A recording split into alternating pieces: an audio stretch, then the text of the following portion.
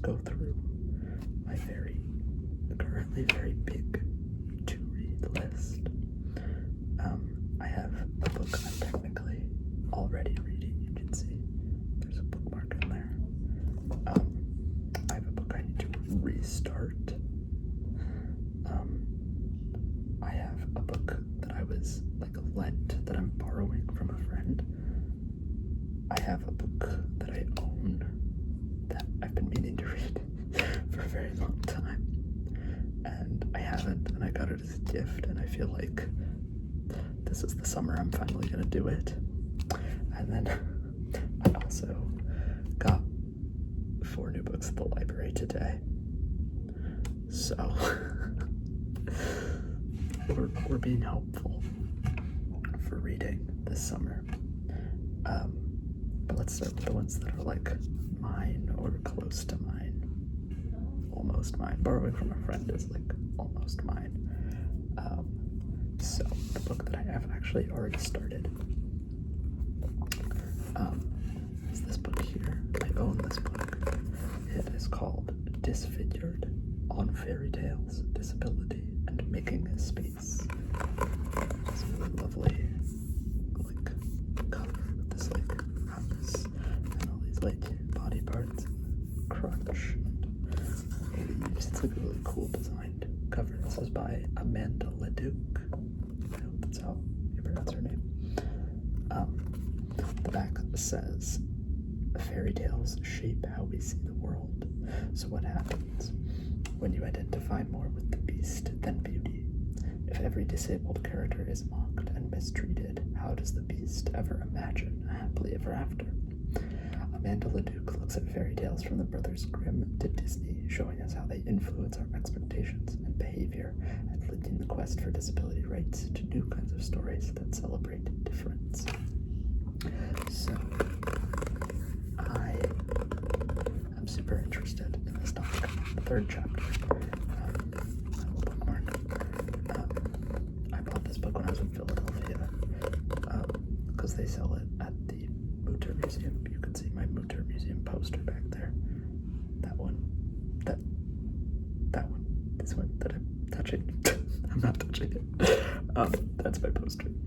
So I bought that poster and this book at the Mutter Museum.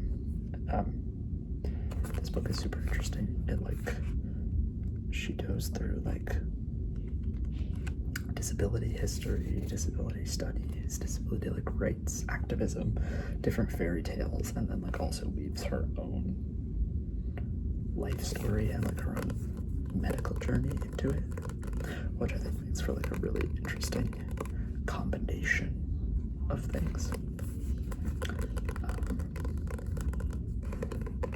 I fell off of reading it because before I bought it, I had put different books on hold at the library, and when they became available, I read those first in order to return them to the library on time. So owning a book, I feel makes me read it slower because I don't have to give it back. So it's taken me a while, but I am gonna finish this. It's super, super interesting. The book that I have to return to is Crime and Punishment by Dostoevsky. I got so far. Look at where I was. This was my bookmark. It has been over a year since I got to that point, so I just need to restart the book. I loved it when I was reading it, but just life got in the way, I feel so I did not finish it. This and the other book that I own are the only 2 fiction books that I have, and they're also both Russian. My mom is a big fan of Russian lit, and so she's been really trying to get me into it for most of my life, and I just really haven't read much. But I really liked this when I was reading it, and I just need to go back and read it again. This book is so water damaged. I mean, it's not that bad. It's just really the cover. It's not water damaged. It's coffee damaged. That's all coffee. That's so gross. This used to sit like under my bedside table. My bedside table that used to be actually one of those like roller carts with the mesh bottoms. Does that make any sense? Anyway, coffee would spill through and would drip onto my book. So that's why it has a bunch of coffee on it.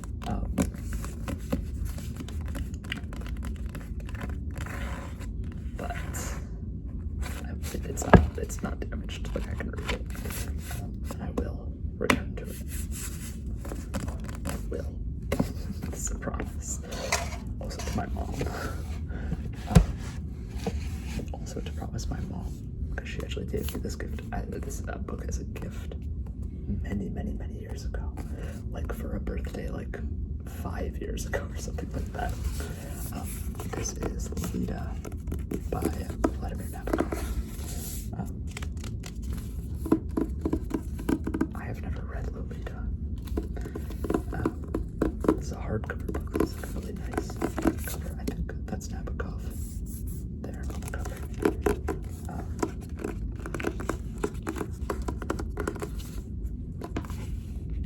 It's a really beautiful copy of the book. I love the spine of it. That is so beautiful. The text. You know what Lolita's about.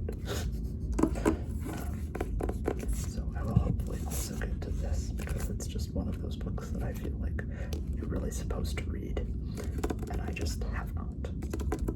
But I will. I will get to it. This is like the only 2 fiction books that I have. I feel like I move through fiction much faster. I check out a lot of fiction at the library. I don't, none of these are fiction, but generally I check out fiction at the library, and I move through it like pretty quickly. I just recently read Eileen, and I liked it. That was actually what I just returned at the library when I picked up these new ones. I liked it. That's my review. I liked it. Wasn't life-changing to me, but I liked it enough. I also recently listened to the audiobook for Interview with the Vampire, and I also liked that.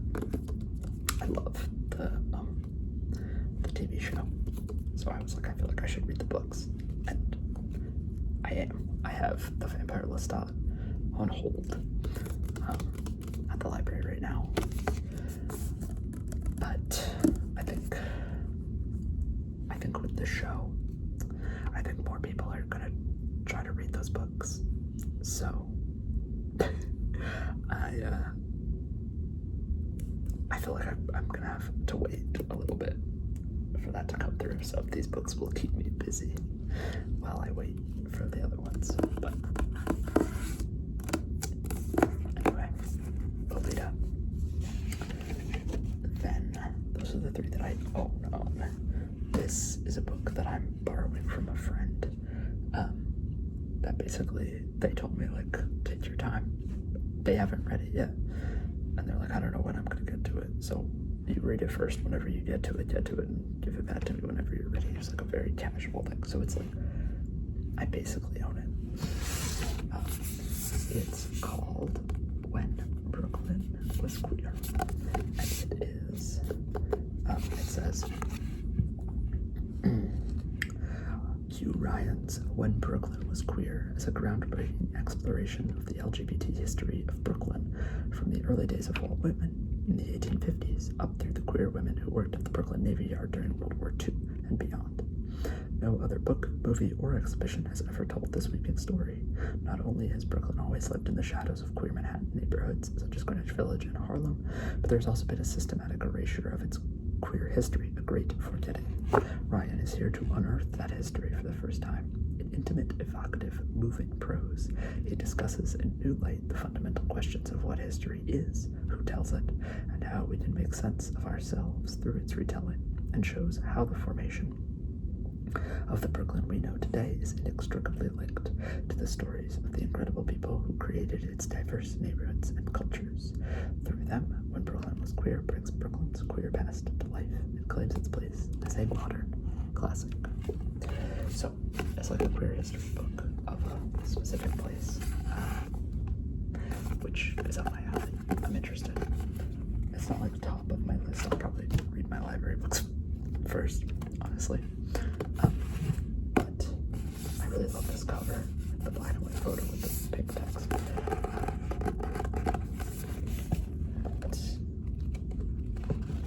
It seems pretty interesting, so I will read it.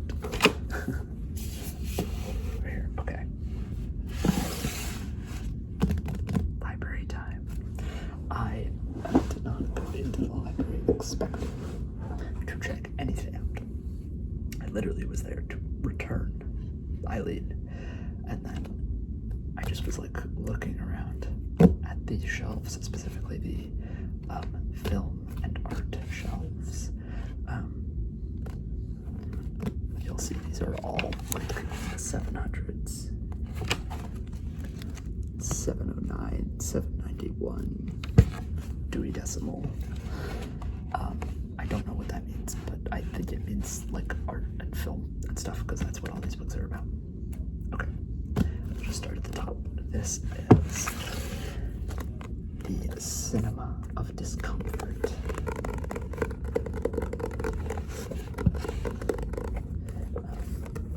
Disquieting, awkward, and uncomfortable experiences in contemporary art and film. How cool is that? So, it's basically like case studies on different films and like analyzes films in which discomfort is offered in a sustained manner. It invites us into uncertain relationships, presents challenging behavior. Cinema of this kind tends to provoke an uncertainty at the level of what emotional responses we are encouraged to have towards difficult, sometimes controversial characters or events. Very, very up my alley. Very, very my thing. So I'm super excited to read this.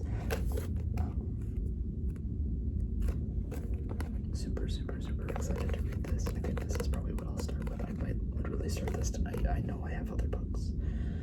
Don't judge me. I'm really excited about this. That is, if I don't decide to start this one tonight. This one is The Forbidden Body, Sex, Horror, and the Religious Imagination. So this is a book talking about the understanding of horror's relation to the body and religious imagination. So there's elements of like religious studies. Yeah, so the author is actually a professor of religious studies. So I think this is going to be a really interesting angle to like discuss horror and sensational art from I'm really excited about this. There's some great chapter titles like Fearing Flesh in 3 Movements and Crab Monsters and Giant Illusions. So I'm super excited about this. Now I'm thinking I might start this tonight. I don't know. I love the cover, the like sleaze cover, the very sleaze text face. I think it's so gorgeous. Like the pulp cover, Full Demons. I'm super excited about this one. Okay. Then we have Cruising the Dead River, David Vanarovich. If I said that wrong, I'm sorry, but I love his art. It's David Vanarovich and the New York's Ruined Waterfronts. This is another like a queer history book, but specifically through the work of this artist as well, and sort of talking about like those things together, like the history and the art together is what it seems like. And that's just so cool and so interesting, and it's pretty short.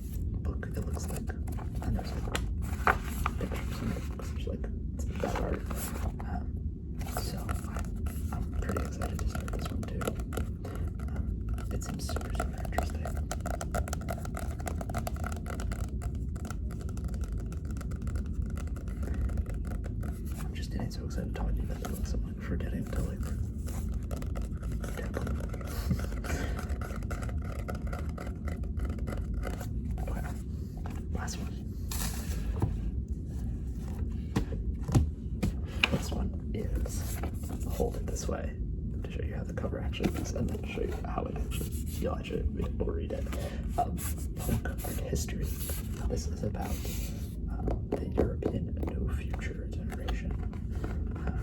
So this is about specifically the 70s and 80s punk art movement in like London, Amsterdam, Berlin, that vibe. Vintage cars from history as well. Yeah, there's you're not gonna be able to see. There's a chapter on punk precursors, 1919, 1966, and 1968. So it also talks about like the history of. It seems like literally so much. It looks like it like goes through like serious details. There's basically 1, 2, 3, 4, 6, 7, 8, 9, 10. There's like 11 sections, and each of the sections has at least 3 chapters in it, except for section 11, which doesn't have any chapters apparently. I think that's like the conclusion. But the first 10 sections each have at least 3 chapters. Some of them have 4, so there's like at least 30 chapters in this book, so it seems like it's a decent size. It's pretty thick. It seems like pretty thorough. If you can't tell, I'm super into art history, art, film studies, queer history, punk history, avant-garde, and outsider stuff. It's like what most of my books are. Have some element of that.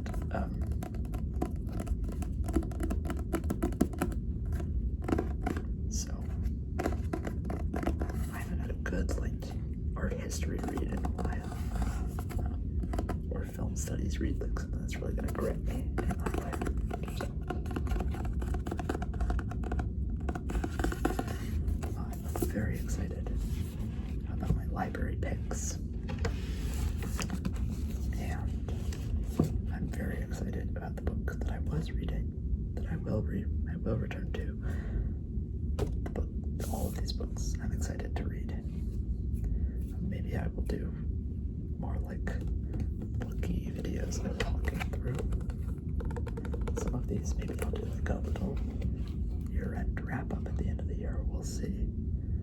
I won't be able to like have all the books that I read to like tap. I'd have to like make a list and like talk about ones that I returned to the library or whatever, but I'd have at least a couple. Like, I would still have this one.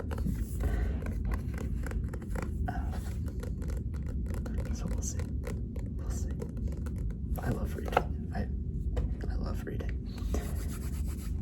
Well, that is all. Those are all my books.